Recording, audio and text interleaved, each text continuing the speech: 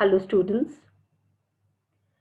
प्रसार शिक्षा की बीए थर्ड ईयर की क्लास में आज हम प्रसार शिक्षण विधियों के बारे में जानेंगे।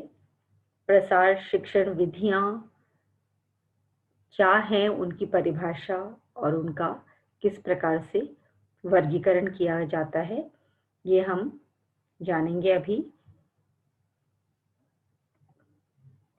प्रसार शिक्षण विधियां क्या होती हैं?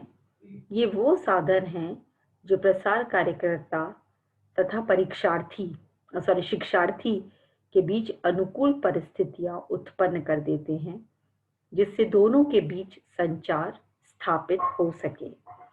अब हमारे केस में प्रसार कार्यकर्ता तो हम हैं ही, पर जो शिक्षार्थी है वो कोई ग्रामीण व्यक्ति, कोई ग्रामीण महिला या कोई भी जिसको भी हम कुछ सिखाना बताना चाहते हैं, यंग बच्चे, यूथ हो सकते हैं, तो उनसे संवाद या संचार स्थापित हम देखिए कहीं जाएंगे और सीधा बातचीत तो कर सकते हैं, लेकिन प्रसार कार्यकर्ता का जो उद्देश्य होता है कि एक व्यवहार में परिवर्तन लाना, वो सीधी बातचीत केवल से नहीं होता, पूरा संचार होता है और उसके लिए बहुत सारी विधियों का प्रयोग करके ऐसी परिस्थिति तक पहुंचा जाता है कि एक अच्छा बीच में संचार हो सके। तो उन सब विधियां संचार विधियों के परव्यू में आती हैं। इसमें प्रसार कार्यकर्ता क्या करते हैं? लोगों तक जानकारी पहुंचाते हैं, उनके व्यवहार में परिवर्तन लाते हैं और सीखने के प्रति रुचि पैदा करते हैं।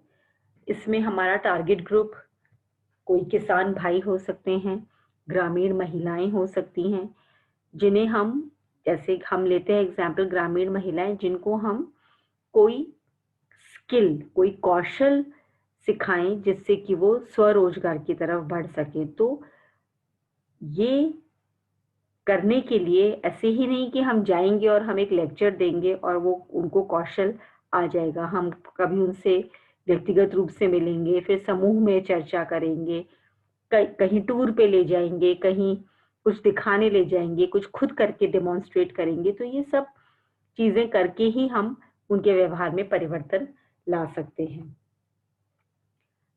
प्रसार कार्यकर्ता कैसे उन स्थितियों को उत्पन्न करता है? विकास कार्य के प्रति रुचि पैदा करता है लोगों में, जनमानस में, जिस टारगेट ग्रुप के लिए वो काम कर रहा है।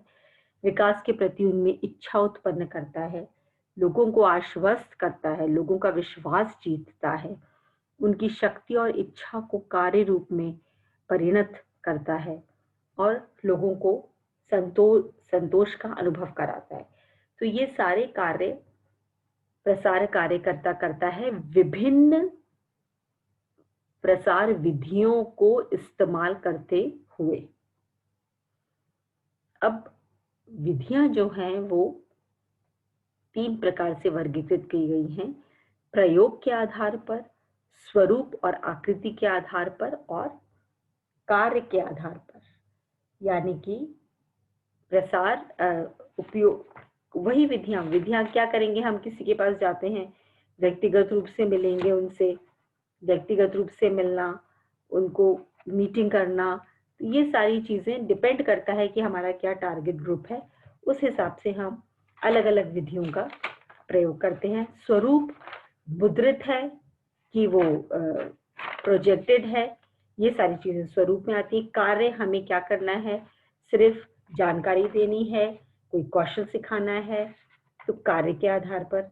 इस तरह से हमने इनको 3 अलग अलग कैटेगरी में डिवाइड किया है।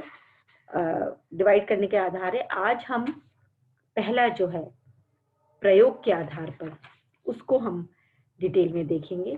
प्रयोग के आधार पर प्रसार शिक्षण विधियों को 3 फर्दर कैटेगरीज में डिवाइड किया गया है: व्यक्तिगत, समूह और व्यक्तिगत संपर्क, समूह संपर्क और सामुदायिक संपर्क। व्यक्तिगत संपर्क यानी कि फेस टू फेस नेचुरली व्यक्तिगत है, जब हम एक व्यक्ति से सामने के सामने बात करते हैं।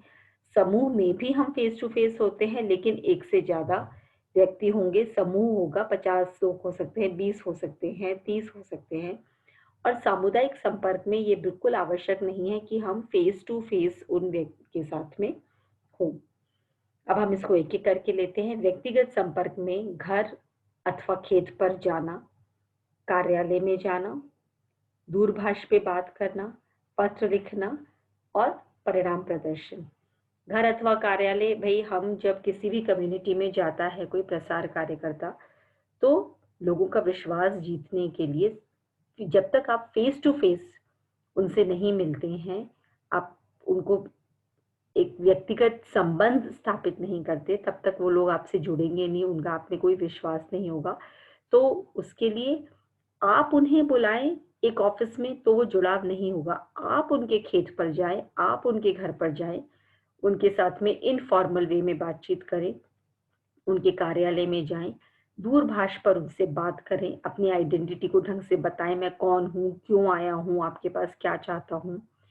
पत्र लिखें व्यक्तिगत, उस आदमी को बाय नेम एड्रेस करते हुए पत्र लिखें। ये होते हैं व्यक्तिगत संपर्क के तरीके। फिर आया समूह संपर्क। समूह, जब हम एक ग्रुप ऑफ पीपल से मिलते हैं, इसमें एक मेथड होता है प्रक्रिया प्रदर्शन, यानी कि अगर हम किसी ग्रुप ऑफ महिलाओं को कोई कौशल सिखाना चाहते हैं, तो उस वो कौशल पहले हम उनके सामने खुद स्टेप बाय स्टेप करके दिखाएं, पूरी प्रक्रिया को उनकी आंखों के सामने खुद करके प्रदर्शित करें एक समूह के सामने। ये होता है प्रक्रिया प्रदर्शनी। मीटिंग मीटिंग करेंगे। मीटिंग कुछ लोगों को मिलकर के, मीटिंग का एक एजेंडा होता है जिसमें पूरा पॉइंट्स डिस्कस होते हैं। आप सब जानते हैं मीटिंग क्या होती है। प्रशिक्षण कार्यक्रम आयोजित करना, जिसमें कि ज़रूरी नहीं है जो हम उनको स्किल या कौशल सिखाना चाहते हैं वो हमें भी आता हो। तो ऐसे में हम क्या करेंगे, सीखने वाले तैयार है, सिखाने वाले किसी का इंतज़ाम करके और पूरा प्रशिक्षण कार्यक्रम आयोजित करना, ये भी एक समूह के लिए हो सकता है। टूर पे ले जाना। लास्ट है टूर पे, कुछ भी जो हम प्रक्रिया उनको, कोई मान लीजिए खेती करने का कोई नई तरीका, या महिलाओं को हम कोई स्किल सिखाना चाहते हैं और उनका आप पर विश्वास नहीं हो पा रहा है, तो हम एक बस में 40-50 लोगों को उस गाँव में ले जा सकते हैं जहाँ एक्चुअली वो कार्य करके लोगों का जीवन विकास की ओर अग्रसर हुआ है। तो इसे कहते हैं टूर पे ले जाना। तीसरा जो है सामुदायिक संपर्क। सामुदायिक संपर्क में मुद्रित सामग्री, समाचार, सर्कुलर, रेडियो। मुद्रित सामग्री में आ जाता है आपका न्यूज़पेपर, है ना? मैगज़ीन्स, किताबें, जो भी चीज़ जो छपी हुई है उसको मुद्रित सामग्री कहते हैं। समाचार, सर्कुलर, इस तरीके के आपने देखे होंगे सर्कुलर पैम्फलेट। कई बार जब हम अखबार में या तो कोई अपनी कोई नई चीज़ का एडवर्टाइज़मेंट डालता है, नहीं तो फिर एक पीले, हरे, नीले रंग के कागज़ अखबार के संग फ़ोल्डेड हमें मिलते हैं, जो जो कि पैम्फलेट्स होते हैं। वो भी बहुत बड़े, जब जन समुदाय को हम एक साथ संपर्क करना चाहते हैं, तो एक-एक के घर जाना पॉसिबल नहीं होता। 50-50 के ग्रुप में भी कर पाएँ तो बहुत कम, ज़्यादा समय लग जाता है। उस टाइम पे हम समूह संपर्क, सामुदायिक संपर्क का इस्तेमाल करते हैं। अखबार में न्यूज़ छाप दीजिए, बड़ा-सा पोस्टर लगा दीजिए, कोई सर्कुलर रेडियो पे बोल दीजिए। अच्छा, मुद्रित सामग्री में एक डिसएडवांटेज ये होता है कि ये सिर्फ़ पढ़े-लिखे लोगों तक पहुँच पाती है, हम छपी हुई चीज़ें। हमारा बहुत सारा समुदाय ऐसा है जिनको अक्षर ज्ञान नहीं है। उनके लिए हम टेलीविज़न, रेडियो, पोस्टर का इस्तेमाल करते हैं, उनकी मदद लेते हैं। पोस्टर जिसमें कोई चित्र देखकर ही हम उसका संदेश पा सकें। प्रदर्शनी, प्रदर्शनी भी एक बहुत इम्पोर्टेंट जनसमूह तक पहुँचने का वो है, ज़रिया है। बढ़िया से आप प्रदर्शनी लगा दीजिए, उस प्रदर्शनी में जो आप काम की बात बताना चाहते हैं वो, प्लस साथ में एंटरटेनमेंट के लिए खाने-पीने की स्टॉल्स लगा दें, जिससे अधिक से अधिक जनसमूह आकर्षित हो और वो अपना मनोरंजन भी करें और साथ में जो हमारा उद्देश्य है वो भी हम पूरा कर सकें। तो ये हुआ सामुदायिक संपर्क। तो हमने देखा सामुदायिक संपर्क में मुद्रित सामग्री, समाचार, सर्कुलर, रेडियो, टेलीविज़न, प्रदर्शनी, पोस्टर, इन सब चीज़ों में देखिए हम बहुत बड़े टारगेट को रीच आउट कर सकते हैं, बहुत बड़े टारगेट तक पहुँच सकते हैं, लेकिन एक डिसएडवांटेज रहता है कि वन वे कम्युनिकेशन है, वो आपसे पलटकर नहीं आ सकते। तो इसको हम एक अवेयरनेस के समय पर इन माध्यमों को यूज़ करते हैं, एक आइडिया को फैलाने के लिए। फिर जब लोगों का उसमें रुचि पैदा हो जाती है कि अरे हाँ, ये हमने देखा, अच्छा गोबर गैस प्लांट है, चूल्हे से मुक्ति मिल सकती है, एलपीजी या लगाने का है, तो चूल्हे से मुक्ति मिलेगी, तो महिलाओं का एक इंटरेस्ट जागृत होगा। उस केस में हम फिर व्यक्तिगत और समूह विधियों का मदद लेकर के उनके पास पहुँचेंगे और उनके व्यवहार में परिवर्तन लाने की कोशिश करेंगे। तो ये होता है, ये है सामुदायिक। तो इस तरह से हम तीनों विधाएँ व्यक्तिगत, तो जब हमका हमारा लक्ष्य प्राप्ति के लिए हम किसी भी एक प्रकार की विधि पे डिपेंड नहीं कर सकते हैं, कि सिर्फ़ व्यक्तिगत संपर्क से ही काम चल जाए या सिर्फ़ समूह संपर्क से।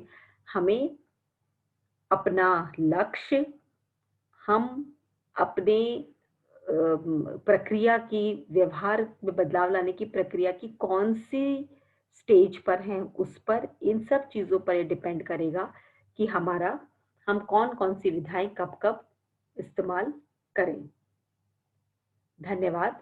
अब हम नेक्स्ट क्लास में कार्य के आधार पर वर्गीकरण को डिटेल में लेंगे।